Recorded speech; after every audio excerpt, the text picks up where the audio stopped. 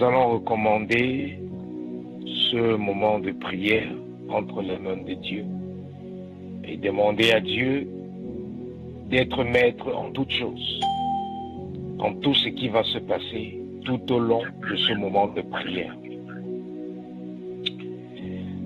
Seigneur, je te recommande ce moment de prière. Prends contrôle de toutes choses. Sois maître en toutes choses. Sois la source et purifie le canal par lequel tu vas nous entretenir pendant ce moment de prière. Au nom tout-puissant de Jésus-Christ de Nazareth. Je prie que toute principauté, toute autorité, tout prince des ténèbres qui se lève contre ce moment de prière, quelle que soit votre location, soyez liés maintenant au nom de Jésus. Toute activité, toute opération du monde des ténèbres contre ce moment de prière, soyez paralysés au nom de Jésus-Christ de Nazareth. J'invoque le feu du Saint-Esprit, que les cieux s'ouvrent et que les grêlons de feu pleuvent et dispersent tout rassemblement satanique contre toute personne qui se connecte à cette ligne de prière au nom de Jésus-Christ de Nazareth. Saint-Esprit, nous t'invitons. Viens nous diriger du début jusqu'à la fin au nom de Jésus-Christ de Nazareth. Manifeste ta puissance. Manifeste l'onction. Et amène la guérison dans les cœurs, la guérison dans les esprits, la guérison dans les âmes, la guérison dans tous les domaines et les aspects de la vie de toute personne connectée. Au nom de Jésus-Christ. Père, tu connais les urgences de tout un chacun. Adresse ces urgences. Adresse ces urgences. Adresse ces urgences. Adresse ces urgences. Au nom tout-puissant de Jésus-Christ de Nazareth. Alléluia. Nous allons prier aujourd'hui contre les manipulations et les puissances de la méchanceté familiale. Et avant que nous commençons à prier, je veux vous expliquer en quelque sorte de quoi il est question dans la méchanceté familiale.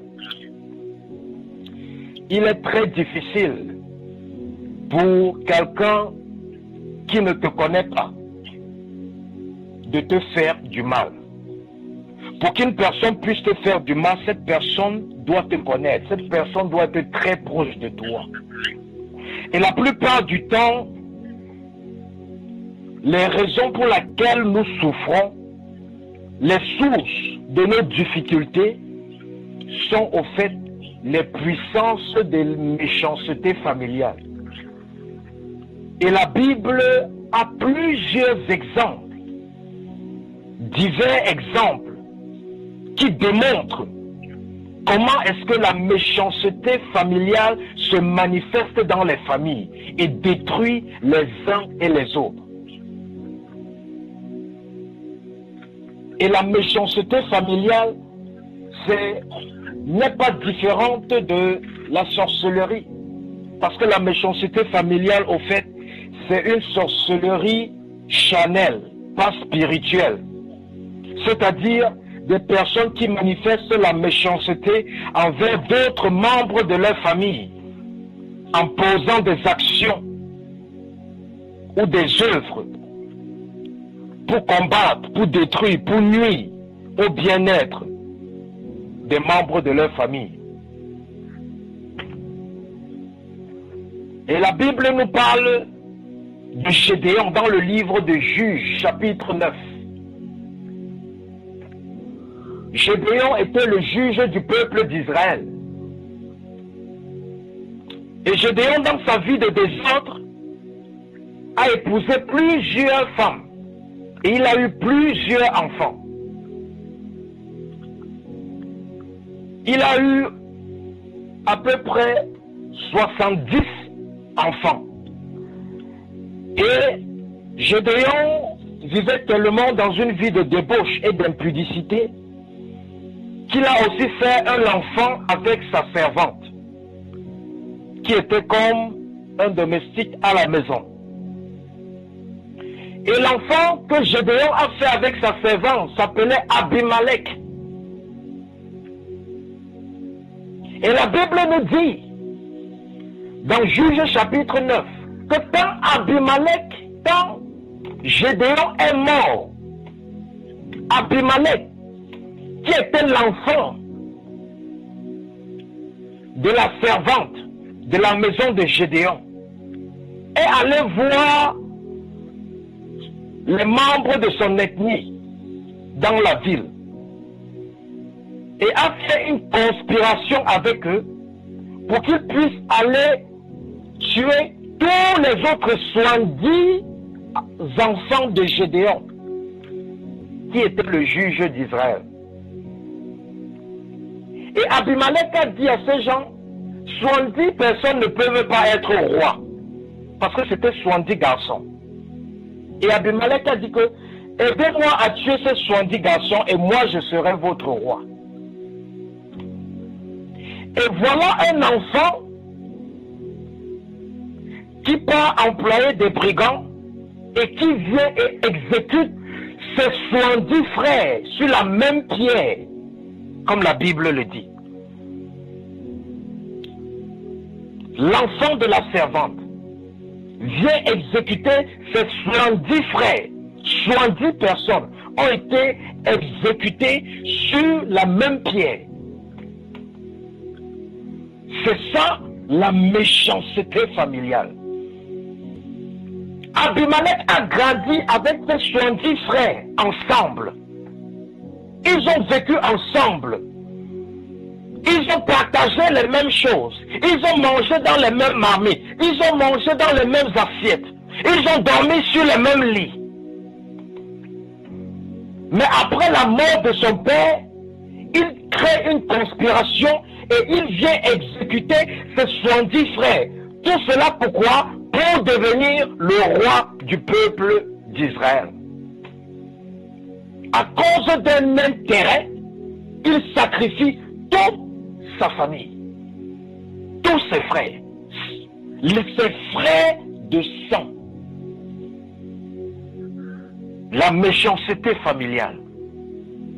Voilà un exemple de la méchanceté familiale.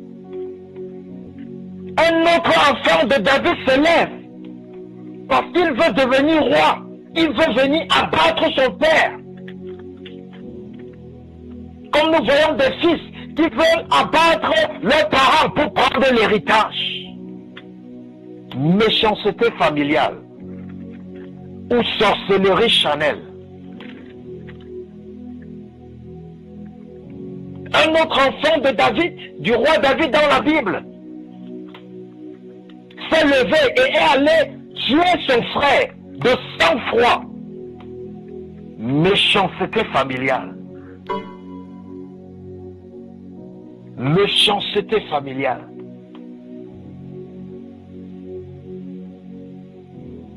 Méchanceté familiale.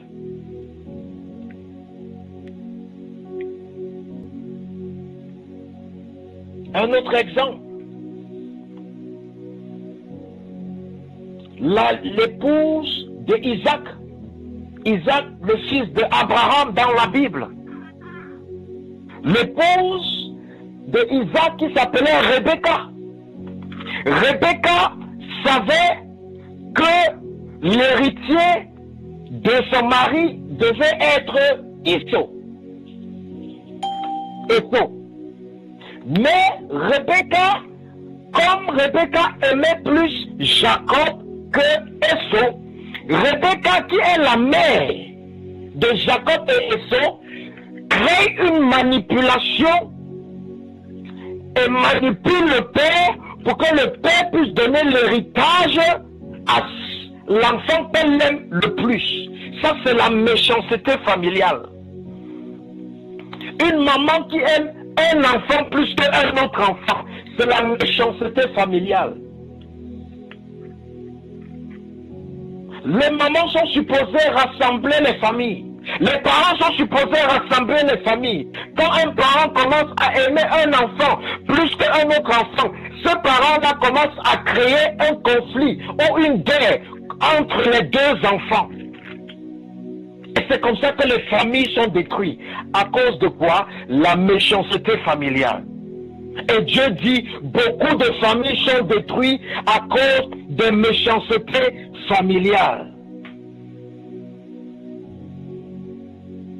À cause de l'acte de manipulation que Rebecca a fait pour que Jacob soit béni par son père au lieu de Esau. Maintenant, Jacob et Esau sont restés en conflit et en guerre pendant tant d'années. Et Esau était à la recherche de son frère Jacob pour le tuer. Tout cela à cause de quoi? À cause de la méchanceté familiale. Et c'est ce qui se passe dans les familles. Les familles se détruisent entre elles. D'autres vont chez les marabouts contre d'autres personnes. D'autres sont jaloux d'autres personnes. Et les familles sont brisées. Les familles s'entretuent. Ce sont des méchancetés familiales. Et ça détruit les vies. Ça détruit les familles. Ça détruit l'unité. Ça détruit l'amour. Et Dieu dit, vous devez prier contre ce phénomène. Sans cela, ça va ravager les foyers. Ça va ravager les familles. De génération. Méchanceté familiale. Méchanceté familiale. Une dame qui est sortie d'un foyer polygame. Et dans ce foyer polygame, il y avait 45 enfants. Et lorsque les concurrences, les manipulations, les combats ont commencé entre les concubines, entre les femmes dans ce foyer, elles ont commencé à tuer les enfants des uns et des autres. Et cette femme a dit, des 45 enfants qu'il y avait dans leur famille, 4 seulement sont vivants aujourd'hui.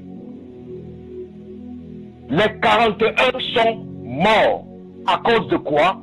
Méchanceté familiale. Certains enfants ne réussissent pas. Pourquoi? À cause de la méchanceté familiale, d'un oncle, d'une tante, d'un frère, d'un cousin, d'une cousine, d'une nièce, d'un neveu, quelque part. Méchanceté familiale. Celui qui te détruit ne peut pas être loin de toi. Parce que ce n'est que celui qui te connaît bien, qui sait comment te détruire. Et toute personne qui est méchant, toute personne qui agit dans la méchanceté, même s'il n'utilise pas les puissances sataniques, il est déjà un sorcier, mais il est un sorcier charnel, pas un sorcier spirituel, parce qu'il y a deux types de sorcellerie. Il y a la sorcellerie spirituelle, quand quelqu'un utilise les puissances des ténèbres et le spirituel. Et il y a aussi la sorcellerie charnelle, qui dans la Bible nous parle dans le livre de Galates, chapitre 5, la Bible nous parle des œuvres de la chair qui produisent comme fruit la sorcellerie. Et cette sorcellerie est la sorcellerie charnelle, quand quelqu'un est méchant de nature. Et il pose des actions contre les autres. Et beaucoup d'entre nous Beaucoup de personnes ont en eux la semence de cette méchanceté familiale. Parce que peut-être ton ancêtre était dans cette pratique. Peut-être tes parents, tes grands-parents étaient dans ces pratiques. Même si tu as donné ta vie à Dieu aujourd'hui, ces semences sont toujours en toi.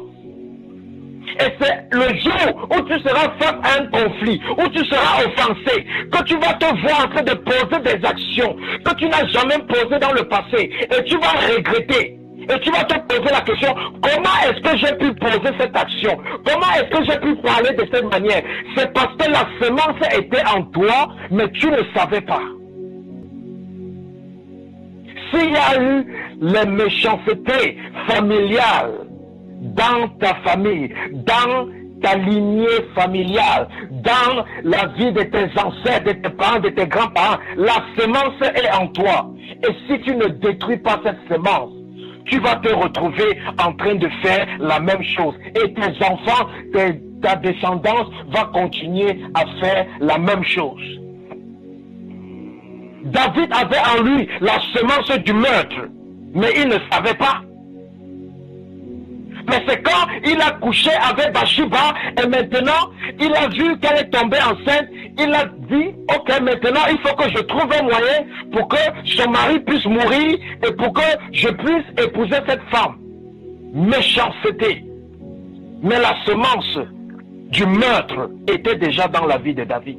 Mais David ne savait pas. C'est lorsqu'il s'est trouvé dans une situation que cette semence s'est développée. Beaucoup de personnes sont bloquées parce qu'un oncle est allé l'attacher spirituellement. Beaucoup de personnes sont bloquées parce qu'ils sont manipulés spirituellement par d'autres membres de la famille qui pensent qu'ils l'aiment. Le but de cette parole n'est pas de diviser les familles, mais le but de cette parole est de comprendre que chacun doit s'examiner. Examiner son comportement, sa vie, pour se rassurer qu'il n'est pas en train de participer à la méchanceté familiale dans sa famille. Parce qu'il y a beaucoup de sorciers inconscients. Toute personne qui vit dans la méchanceté est un sorcier inconscient selon la Bible. Il est un sorcier charnel. Il n'utilise pas peut-être les puissances sataniques, mais parce qu'il vit dans la méchanceté, il ne commet que des actes de méchanceté, il devient un sorcier charnel. Et le même châtiment qui s'applique aux sorciers spirituels qui utilisent les puissances satanistes vont aussi s'appliquer à lui lorsque le jugement de Dieu va tomber.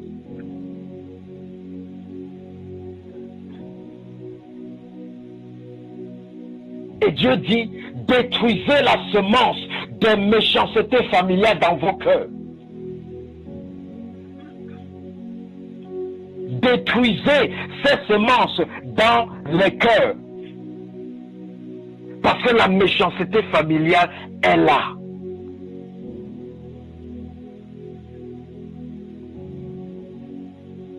Et c'est ça qui détruit les familles.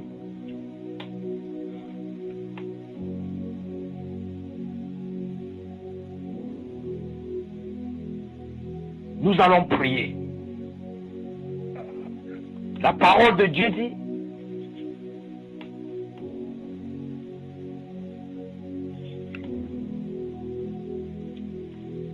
que même nos ancêtres ont péché. Ils ne sont plus, mais nous portons la peine de leurs iniquités aujourd'hui. Nous allons implorer premièrement la miséricorde de Dieu pour tous nos péchés et pour tous les péchés de notre lignée familiale qui parlent contre nos vies. Parce que la méchanceté familiale se transfère de génération en génération, d'enfant en enfant, à travers le péché. Le péché des ancêtres qui coule sur les descendances. Une après l'autre, une après l'autre. Tu vas ouvrir ta bouche et implorer la miséricorde de Dieu. Ouvre ta bouche et prie. Seigneur, nous implorons ta miséricorde. Nous implorons ta miséricorde pour toute abomination, pour toute transgression, pour tout péché, pour toute iniquité des générations, de nos lignées familiales, au nom de Jésus-Christ. Pardonne les péchés conscients, pardonne les péchés inconscients, pardonne les meurtres, pardonne les actions qui ne t'ont point honoré. Pardonne, Seigneur, au nom de Jésus. Pardonne, Seigneur, au nom de Jésus. Pardonne, Seigneur, au nom de Jésus. Pardonne, Seigneur, au nom de Jésus. Pardonne, Seigneur, au nom de Jésus. Pardonne, Seigneur, au nom de Jésus. Pardonne, Seigneur. Pardonne, Seigneur. Pardonne, Seigneur. Pardonne, Seigneur. Pardonne, Seigneur. Pardonne, Seigneur. Au nom tout puissant de Jésus-Christ de Nazareth. Tu vas ouvrir ta bouche maintenant.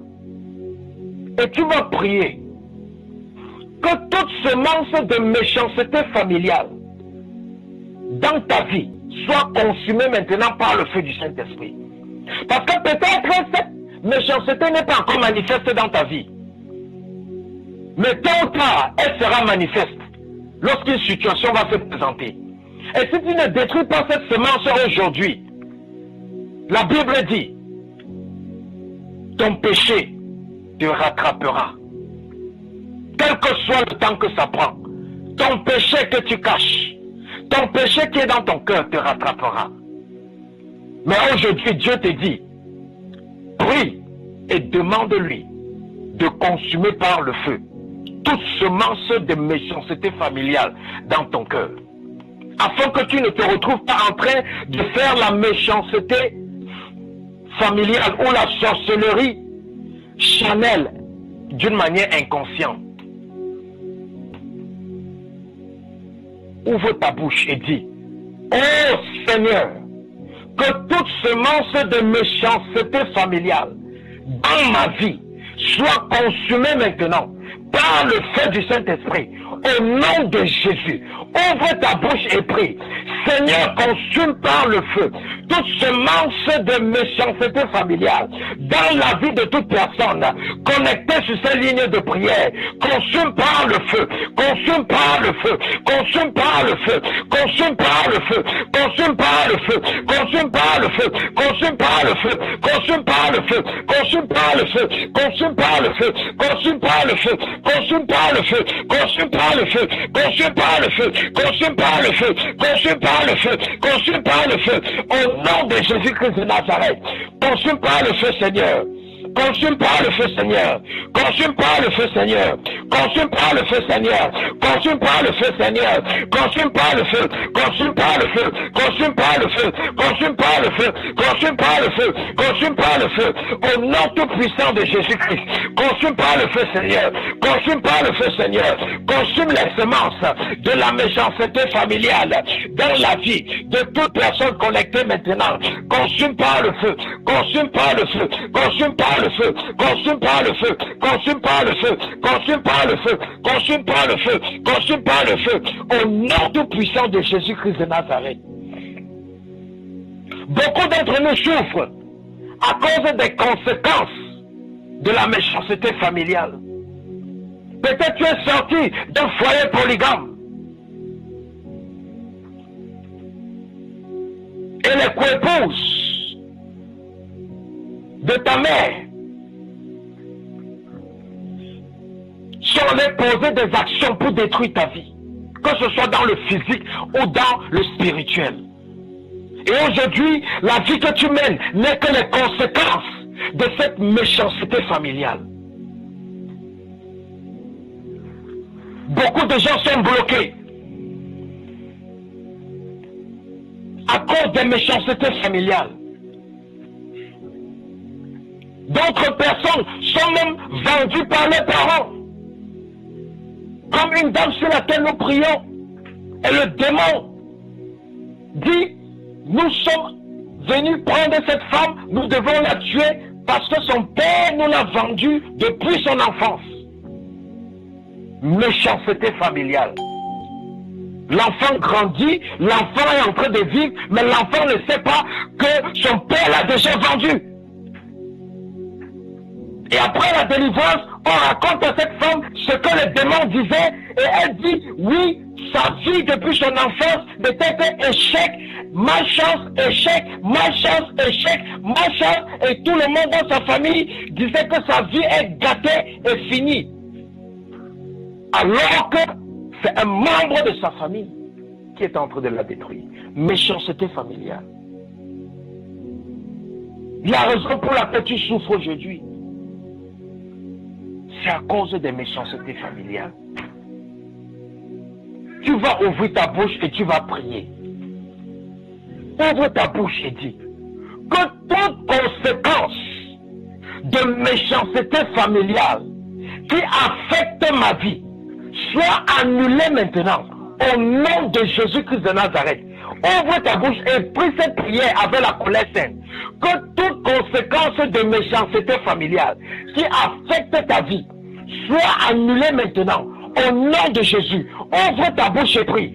Que toute méchanceté, toute conséquence de méchanceté familiale affectant la vie de toute personne sur ces lignes de prière, maintenant, soit annulé au nom de Jésus, soit annulé au nom de Jésus, soit annulé au nom de Jésus, soit annulé, soit annulé, soit annulé, soit annulé, soit annulé, soit annulé, soit annulé, soit annulé, soit annulé, soit annulé, soit annulé, soit annulé, soit annulé, au nom de Jésus-Christ de Nazareth.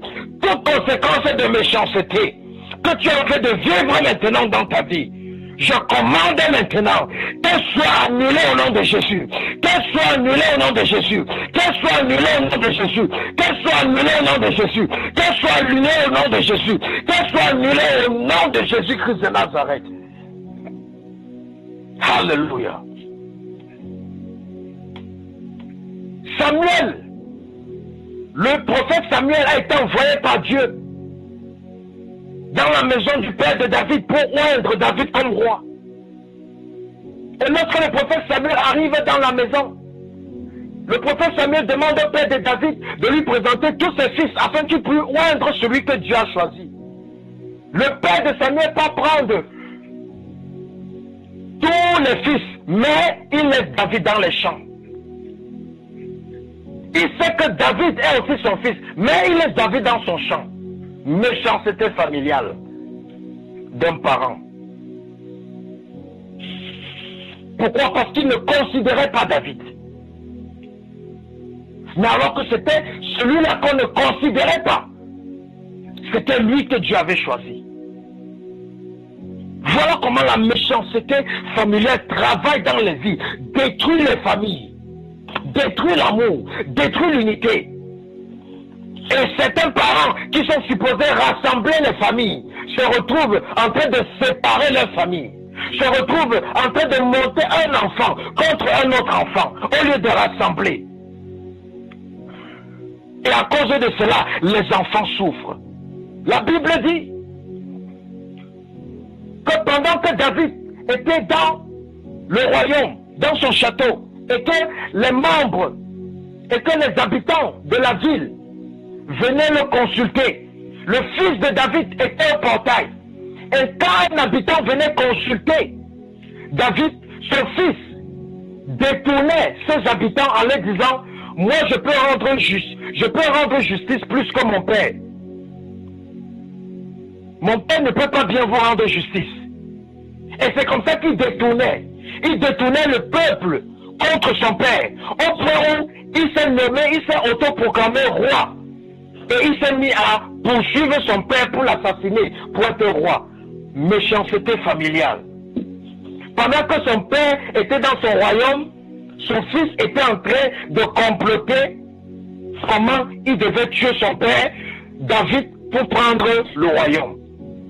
Donc nous allons prier. Ouvre ta bouche et dis que tout agenda de méchanceté familiale contre ma vie soit consumé maintenant par le feu du Saint-Esprit. Ouvre ta bouche et prie que tout agenda de méchanceté familiale contre ta vie, parce que pendant que tu dors, des complots sont en train d'être faits.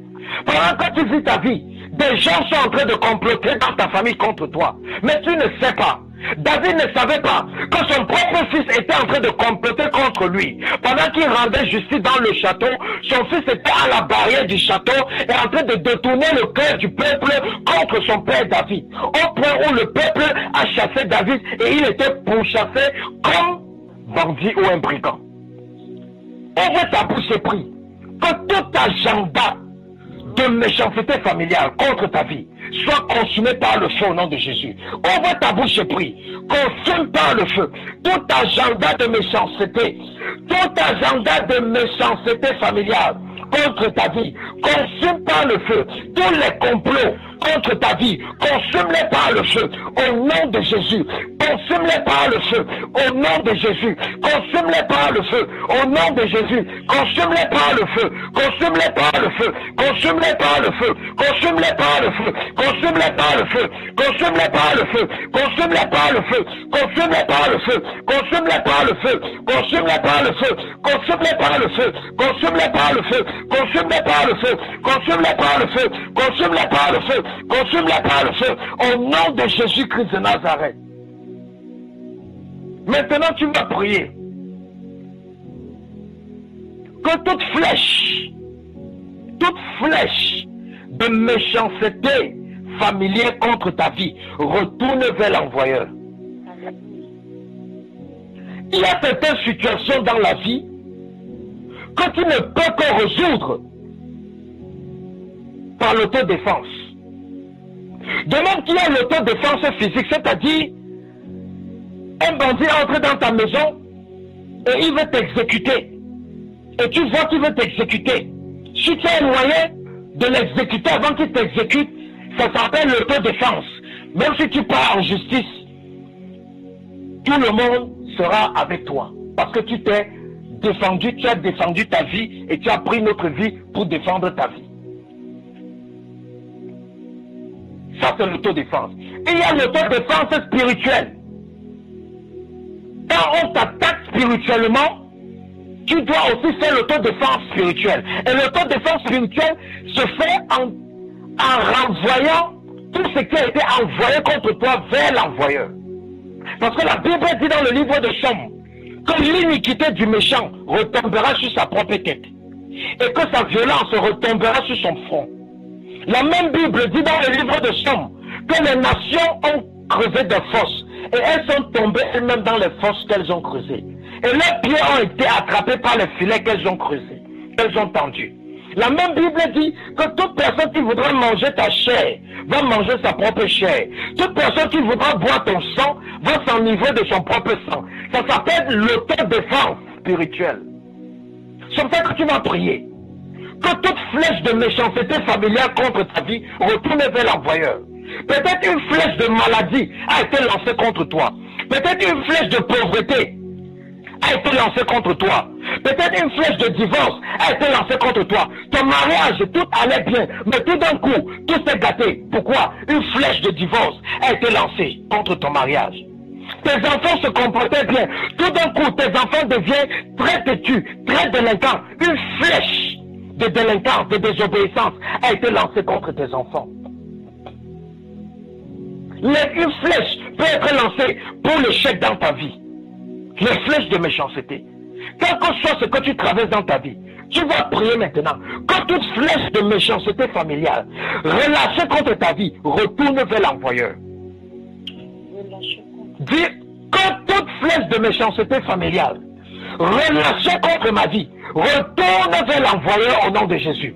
Que celui qui a envoyé des flèches de méchanceté contre tout domaine de ma vie, que ces flèches de méchanceté retourne vers l'envoyeur au nom de Jésus. Retourne vers l'envoyeur au nom de Jésus. Retourne vers l'envoyeur au nom de Jésus. Retourne vers l'envoyeur. Retourne vers l'envoyeur. Retourne vers l'envoyeur. Retourne vers l'envoyeur. Retourne vers l'envoyeur. Retourne vers l'envoyeur. Retourne vers l'envoyeur. Retourne vers l'envoyeur. Retourne vers l'envoyeur. Retourne vers l'envoyeur. Retourne vers l'envoyeur. Au nom de Jésus. Toute flèche de méchanceté maintenant. Retourne vers l'envoyeur. Retourne vers l'envoyeur. Retourne vers l'envoyeur. Retourne vers l'envoyeur au nom de Jésus-Christ de Nazareth.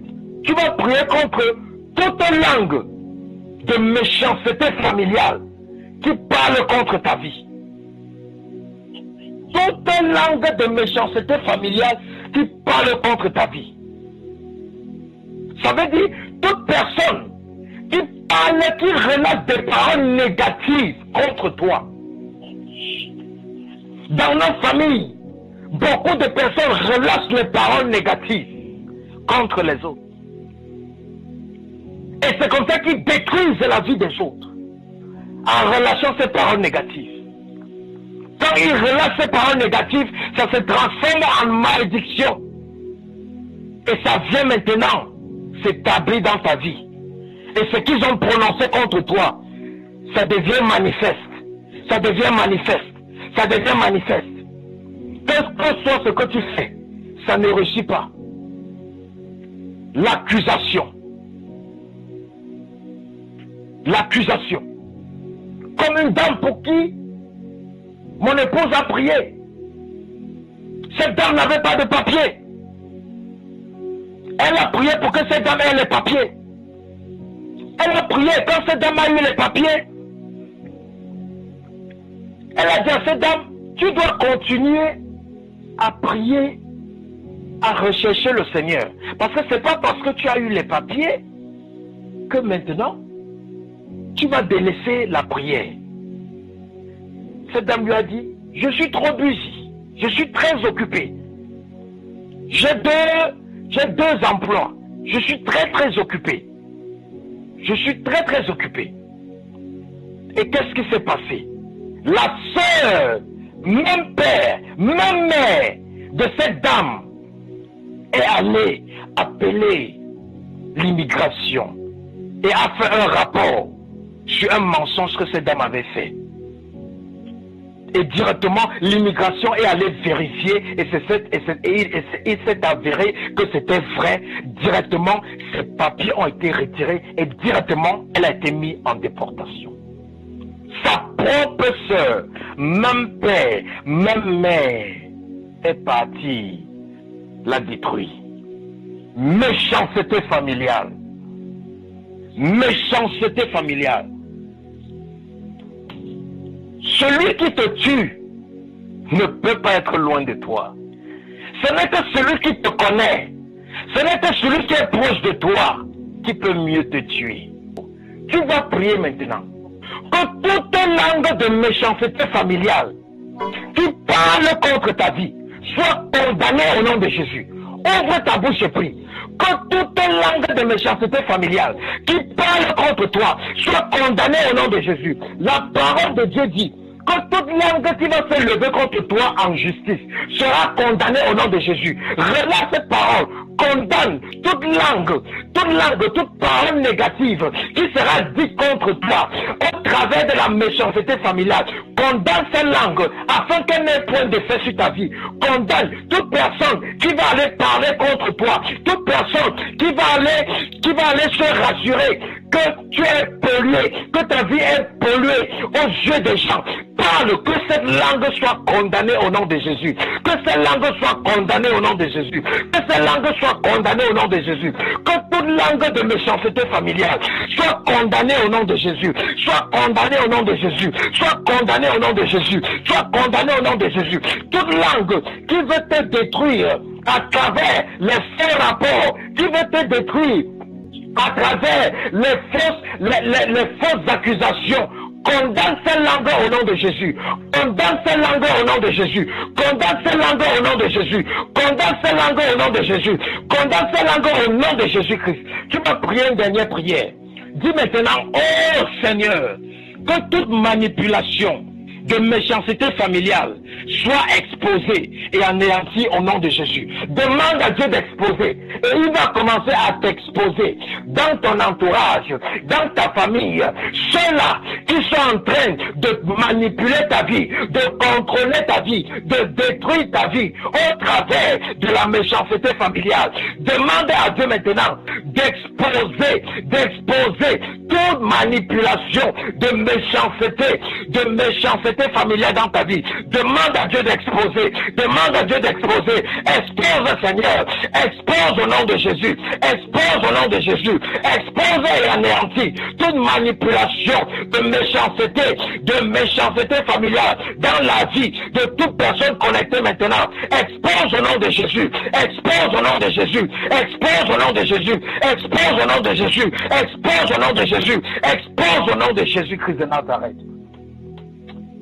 Je vais prier pour toi maintenant. Seigneur, je te recommande toute personne connectée à ces lignes de prière. Je prie que tout esprit de contre-attaque par rapport aux prières qui ont été faites, maintenant, Seigneur, tout esprit qui va vouloir contre-attaquer, que cette puissance soit consumée par le feu du Saint-Esprit. Au nom de Jésus. Père, je couvre toute personne qui se trouve sur cette ligne de prière avec le sang de Jésus et le feu du Saint-Esprit. Je lève un mur de feu autour d'eux. Que tout ce qui va venir contre eux soit embrasé par le sang du Saint-Esprit. Au nom de Jésus. Toute manipulation familiale, toute manipulation de méchanceté familiale dans leur vie, Seigneur, qu'elle soit paralysée, anéantie et exposée au nom de Jésus-Christ de Nazareth. Seigneur, couvre-les au nom de Jésus-Christ. Que tout complot contre leur vie, Seigneur, soit démantelé au nom tout puissant de Jésus-Christ. Et que toute flèche qui a été lancée et qui va être lancée tout au long de cette semaine qui vient, rentre et retourne vers l'envoyeur au nom de Jésus-Christ de Nazareth. Père, je décrète et je déclare dans leur vie la victoire, le succès en cette semaine, au nom de Jésus-Christ. Que les portes fermées s'ouvrent au nom de Jésus. Que tout malade connecté en ce moment, quel que soit où tu as mal, si tu as mal quelque part sur ton corps, mets la main sur cette partie de ton corps, je vais prier. Je commande à toute puissance d'infimité dans ton corps de rentrer vers l'envoyeur au nom de Jésus. Toute puissance d'infimité dans ton corps, je commande à cette puissance de te relâcher au nom de Jésus. De te relâcher au nom de Jésus. Loose in the name of Jesus. Merci Seigneur. Merci Seigneur. Merci Seigneur. Merci Seigneur. Sois béni tout au long de cette semaine. Que la lumière de Dieu t'éclaire au nom de Jésus-Christ de Nazareth. Tous les sujets de prière que nous donnons ici, continuez à prier ces sujets de prière quotidiennement. Parce que le combat spirituel, ce n'est pas quelque chose d'un jour. C'est quelque chose de toute une vie. Le chrétien doit demeurer dans le combat spirituel jusqu'à ce que Jésus-Christ vienne l'enlever pour l'amener au paradis. Parce que la vie que nous menons ici sur terre est un combat. Et dans cette vie, tu n'auras jamais ce que tu mérites. Mais les seules choses que tu auras dans cette vie, ce sont les choses pour lesquelles tu vas combattre. Et ce combat n'est pas charnel. Ce n'est pas un combat où tu vas aller te disputer avec les gens, te disputer avec les sorciers. Non. C'est un combat que tu fais dans la prière. Et qui que ce soit, quelle puissance que ce soit qui te combat, par la prière, tu auras le dessus sur eux. Tu vas les anéantir. Rassure-toi que tu mènes une vie de sanctification. Parce que les prières de combat, pour ceux qui ne vivent pas dans la sainteté et la sanctification, deviennent très dangereuses. Parce que lorsqu'on prie avec certaines personnes, leur situation devient pire parce que ces personnes vivent dans le péché. Elles commencent à se plaindre. Pourquoi est-ce que les situations sont devenues pires? Mais ils ne savaient pas que la Bible dit dans le livre de Matthieu que quand tu chasses un démon, il part dans les lieux arides. Et lorsqu'il ne trouve point un endroit où demeurer, il retourne vers où il a été chassé. Et s'il voit que cette place où il a été, ce corps où il a été chassé est bien aménagé, il s'en va chercher 7 autres démons plus coriaces que lui et entre dans cette personne et la situation de cette personne devient plus pire. Donc lorsque tu commences à t'engager dans le combat spirituel, mène une vie de sanctification. Demande à Dieu la grâce tous les jours pour marcher dans la sainteté, pour marcher dans la sanctification. C'est là où tu auras la victoire. Médite la parole de Dieu jour et nuit, comme Dieu l'a demandé à Josué. Et rassure-toi que tu demeures dans la prière, que tu demeures dans la prière, que tu demeures dans la prière. Car à chaque fois qu'il y a un homme qui prie, il y a toujours un Dieu pour répondre. Tant qu'il y aura un homme qui prie, il y aura toujours Jéhovah pour répondre. Au nom de Jésus-Christ, sois béni par ce message. Que le Seigneur te bénisse au nom de Jésus-Christ de Nazareth. Amen.